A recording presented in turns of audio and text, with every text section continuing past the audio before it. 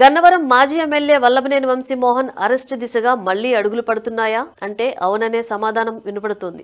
2019 నుంచి 2024 వరకు వైసీపీ అధికారాన్ని చూసుకుని చెలరేగిపోయిన వంశీ కూటమి అధికారంలోకి వచ్చిన తర్వాత అరెస్టు అయ్యారు. భూకబ్జాలు, కిడ్నాప్ వ్యవహారాలు సహా అనేక అంశాల్లో వంశీని పోలీసులు అదుపులోకి తీసుకున్నారు. నెలల తరబడి జైలు గడిపిన వంశీ ప్రస్తుతం బెయిల్ పైన బయట ఉన్నారు.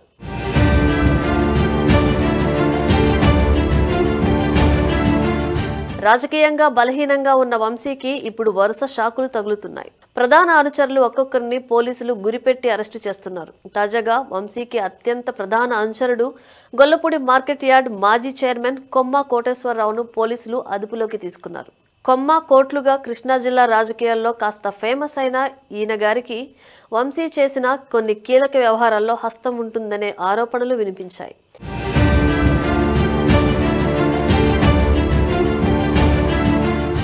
ఇప్పుడు వంశీ మళ్లీ నియోజకవర్గంలో యాక్టివ్ కావడానికి కోర్టులు గ్రౌండ్ వర్క్ చేస్తున్నట్టు కూడా కామెంట్స్ వినపడుతున్నాయి.